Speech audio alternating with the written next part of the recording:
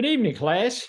We're going to start on chapter 5 in the text for us. The text is again titled Leadership for Organizations, and it's published by Flat World Press or Flat World Publishing. But before we jump into chapter 5, we're going to just go back and review a couple of snippets from chapter 4, because the text, the authors actually do a pretty good job stringing things, building off of what was in the prior chapters. And if you remember from chapter 4, they got in and spent quite a bit of time talking about types of followers. And one of the other things I like about this text is, while they focus a lot on leaders and leadership and what's involved in leader and leadership, especially traits and skills and context and ideas. And again, they talk about that leader, member, or leader, follower context. I think a lot of snippets, even if you aren't at that leader or leadership position that you would like to be, especially if you're trying to climb that corporate ladder, I think a lot of this, their ideas and their concepts are valuable both from a leader perspective and from a follower perspective. I think if you are a follower, especially just getting started in your climb up the corporate ladder, or especially if you're an entrepreneur, that I think a lot of the information they provide from a follower perspective or a leader perspective trying to lead a group of followers, I think it goes hand in hand. And a lot of the information that they provide, I think, is going to be valuable depending on which role you find yourself in, because as they state in the book on more than one occasion, we're all followers. To some degree, we're all followers. And it's, you may have supervisors, managers, directors, VPs, senior VPs, CFO, CEO, COO, everybody reporting up to the CEO, but the CEO in return reports up to the board of directors. And if you're in a equity-based corporation that has shareholders, everybody's reporting up to the shareholders. So to some extent, we're all followers. It just depends on where in that pecking order we are as a follower. And again, in chapter 4, they talk about the types of followers. You've got your conformist. That's, they kind of equate that to the brown noser. That maybe they're not, they're dependent on their supervisor or their direct leader. They're not very critical in their thinking. They may lack confidence. Probably going to be very loyal to the leader, but it's more of the brown noser and those individuals that are sucking up, and that can be an issue for the leader as well as other followers on the team. Then you've got the alienated group that independent thinkers, they like to be independent, they like to be critical thinkers. They travel to the beat of their own drum, and usually are not, for whatever reason, whether it's because of issues with the leader or because of issues with the organization, they're just not going to be too loyal to the leader or to the organization itself. And then lastly, you've got your effective followers, and they go to great lengths to talk about the aspects that make somebody a great follower, an effective follower. And again, they assume responsibility and accountability for their actions. They balance service with the courage to challenge. And when they're challenging, while they don't get into it in the textbook per se, my advice to any of the followers that I've had in the past, I certainly don't mind anybody challenging my ideas or my strategies.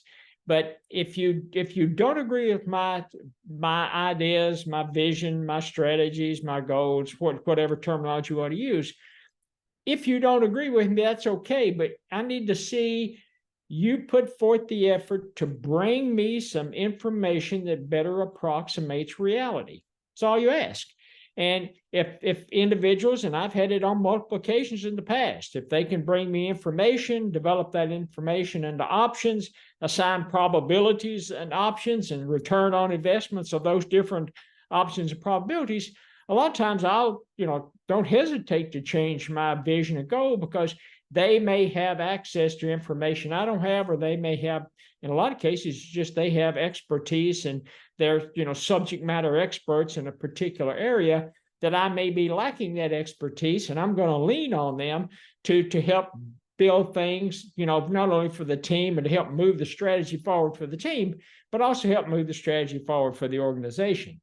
And then the last, I guess, parameter or caveat, depending on how you want to say it, was, as far as an effective follower, is supporting the organization's goals and directives. And sometimes that is a real issue for followers. Sometimes it's a real issue for leaders. Let's be blunt about it. But again, as a leader, you're also a follower, and so you have to decide what you want to do. Do you want to support the organization's goals and directives? Do you want to become alienated, which is certainly not the best case scenario, or do you actually have the courage to leave? And a lot of individuals and I've seen a lot of individuals in the past that just did not have that courage to leave. They become alienated. They end up in an out group somewhere, and it's miserable for them. It's miserable for the individuals they report to. It's miserable for the other team members, and it's just not it's not a productive and an efficient situation for anybody concerned. And then they talk for a few minutes about managing up and managing sideways. And if you're an individual, a follower that's trying to manage up, there are kind of three, caveats or pillars that you need to think about. And one, you need to accept feedback and direction. You may have great ideas, or when it comes to an evaluation, and your direct supervisor gives you feedback, or if you're an organization that uses a 360 type of evaluation where it's not just your leader, but you have to provide your leader with, in most organizations I've worked with, it's 5 or 6 either peers or individuals work for you that can provide feedback on your performance. So you need to, if you go to that, if a company or organization, or especially your leader, goes to that trouble to provide you feedback and direction, it's probably in your best interest to sit down and listen to it. Also, when it comes to managing up, you have to work with leader styles and their goals and their perspectives. And likewise, a leader needs to work with a follower. So it's, they harp constantly in the text about it takes 2 to tango.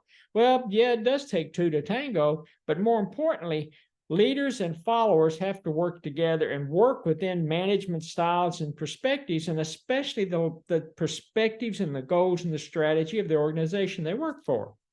And then lastly, if you're trying to manage up, you want to have a leader that serves as your mentor, your guiding force, your role model that helps you navigate difficult situations, that can provide options and expertise and give you examples of how they faced issues in the past, and what they found that worked for them. And somewhere along the way, you will find a role model that fits your style and your leadership traits and where you want to go in an organization. And I think that's great from a managing up perspective. And then lastly, they talk about managing sideways, and that's where you're managing peers, especially if your leader gives you a difficult project or delegates to you and a team, and you want to be able to help manage those resources that you really don't have control of. And, it's either in a team environment, it's, with projects. You see a lot of these types of managing sideways opportunities in MBA programs. A lot of students are, divided up into teams, and they're working together and trying to develop this managing sideways skill set. And lastly, when it comes to managing sideways, and you see it a lot, if you are an individual that likes managing projects, especially likes managing groups of individuals with diverse skill sets, maybe you want to look at being a project management professional. And those are individuals that are driven by chaos and crisis and short timelines and bringing resources together, and they're very goal and task oriented. So a lot of individuals love that. A lot of individuals just seem to function exceedingly well in that type of environment. So maybe that's something you want to look at going forward.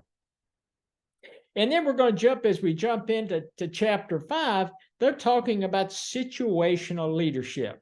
And to me, You can call it situational leadership. You can call it contextual leadership, because again, the text early on talked about effective leadership. It was, it was leader, it was follower, and its context. And I can't stress enough the importance of context, because context, depending on what organization you're working within, depending on what functional area you're working within, depending on what's required for you as a leader in a specific functional area, it's all going to depend on context.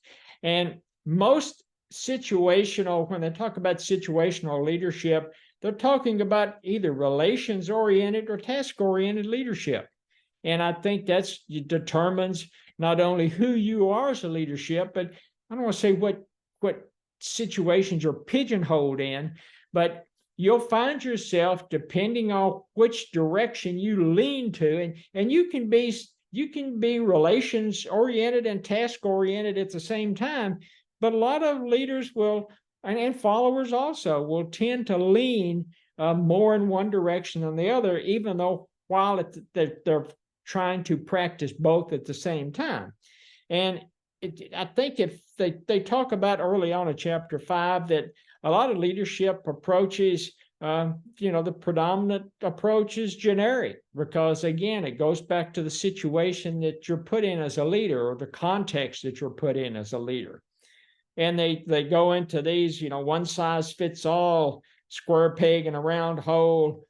It depends, and depends is really the answer, or I think where this chapter's going toward it. They're trying to explain the it depends, especially in the situation and context.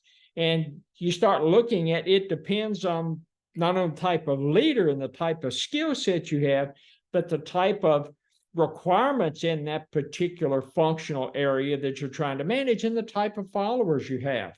And also depends on the organization you're in, maybe the industry the organization's in. Is it institutional? Is it geographical? Because it really, and if I think back through my experience in healthcare, Aetna was a national healthcare plan when I worked for them. Health Net was more of a West Coast health plan. United, definitely a regional, and then to some, into some degree geographical, or some degree global. And then, Blue Cross Blue Shield was a regional health plan there in Western and in Northeastern New York. But it all really depended on the geographical area, especially at United and Aetna, because every geographical area, every region, there were just different situational aspects and different contractual or contextual aspects that drove the decision-making process within a given region. So if you're working out of the corporate office in Minneapolis or west of Minneapolis, if you were working out there, it was one thing, but if you're in one of those regional offices, it was just a completely different ball game. And a lot of it was driven by geographical issues. And just to kind of go back before we move on into chapter 5, as I've said in many of the chapters, and we'll kind of get into it some as we move farther into chapter 5, a lot of these concepts that the authors have tried to weave into this text, it's more of a rehash, rebranded of ideas and context, and they're putting a little different spin on it. And as potential leaders, either you already are leaders and want to move a little farther up the corporate ladder, or you're looking to be a potential leader, you have to take these ideas and these contexts and the concepts that they give you and almost mold them into what the situation drives you, or what your personal aspirations are, what your personal traits are. Because again, I just don't believe in that idea that one size fits all. To me, it's never worked that way for me, and I've seen it work in very few cases with leaders, at least the ones that I've had to deal with. And then when they're talking about considering situational leadership, they get into the two types. It's either inflexible or flexible. And if an inflexible type, the leader is predominantly style is it's not flexible. It's a style they feel comfortable with. Many times it's either, they're either task oriented and directive, or they're people oriented and kind of participative style. And again, you almost look at it as they're two tails of the distribution. And I think at the end of the day, where you want to be is somewhere in the middle, somewhere kind of a hybrid between relations oriented and task oriented. And I think you can get, if you as a leader can get, or especially even as a follower, if you can get to that kind of hybrid area, that kind of center of that distribution between the two tails, I think you will find that you will be more productive and more successful no matter where you find yourself, what type of organization, what type of functional area, what level of leadership skill that's required of you. And where they talk about inflexible, and then the text gives them the definition, and it's an approach to situational leadership whereby a leader's style is considered to be static or not flexible, and the leader is matched to the prevailing situation. I don't know. I'm not sure I like that definition, and I've never personally been matched to a situation. Mine has been more along the lines, they've accepted my leadership style, put me in a leadership role in a functional area, and then it was up to me to match or to mold or be flexible enough that my management style could match up to the situation that I've been put in. I think most people think about the inflexible style, it's more along the lines of maybe a military organization or a paramilitary organization, or maybe working with the union. The union shop, sometimes if you've ever worked in a union shop, and I have had to manage a union shop, it becomes exceedingly difficult because there are so many rules and regulations that you have to abide by when you're managing a union shop. Your union employees, everything's outlined on the contract that they have. And most places I've managed with the union shop, it's been a 3-year contract, and I've been managing a union shop in Buffalo for Blue Cross Blue Shield. They went on strike in 2011, and it was a nightmare. But and even when they came back, it was a difficult group to manage. So, and they talk about problems with the inflexible approach. Context may shift over time. So if you think about, well, as an example, working at Blue Cross Blue Shield, I had a group of medical economists that reported to me. I had 7 or 8 individuals reported to me. Most of them, because of the salary scale that we had in Buffalo, were just newly minted graduates out of school, and weren't most of them, while they had backgrounds in statistics and economics and applied mathematics, they were not familiar with healthcare. So there was a lot of hand holding in that group. And it took a lot of task-oriented directive management to start them along the way in their newly minted opportunity in the healthcare market. So, but after about 6 months, I started finding myself going from the task-oriented directive type of approach to more of a relations-oriented and participative, and started delegating some jobs. And so it's just, as I say, it kind of evolves over time. And they also say that most situations in a management position are fluid, and they say can zigzag over time. And that is a definite. Over the years, the number of times that I've started managing one direction and had to change, and a lot of it's changed based on your not only your followers, but change on organizational infrastructure, organizational directive, and it's extremely difficult, especially in this day and age with the workforce especially these newly minted individuals coming out of college degrees, trying to work with this workforce and the goals and the work ethic and what they think is fair and equitable. It's going to be it's a challenge for leaders now, and it's going to be to me, it's going to be a greater challenge going forward, especially if artificial intelligence takes hold like everybody thinks it will. And then if you want to flip it around, you're talking about now a flexible approach. And the definition, it's an approach to situational leadership whereby any given leader can handle and adapt to the various needs and capabilities of different followers and situations at various points in time. And I think that's actually a very good definition for, of the flexible approach to situational leadership. And I think we've all got to be flexible moving forward. The days of being inflexible and always just, tunnel vision and focus, I think those days are over, especially depending on the level of individuals you have working from home. So you have some working from home, some working in an office. You may have them scattered across not only the United States, but you may be working for a company that you've got employees or followers in Europe or in the Middle East or in the Pacific Rim, and so you're not only trying to manage individuals with different skill sets, but individuals with different challenges with the English language, and just think about time zones.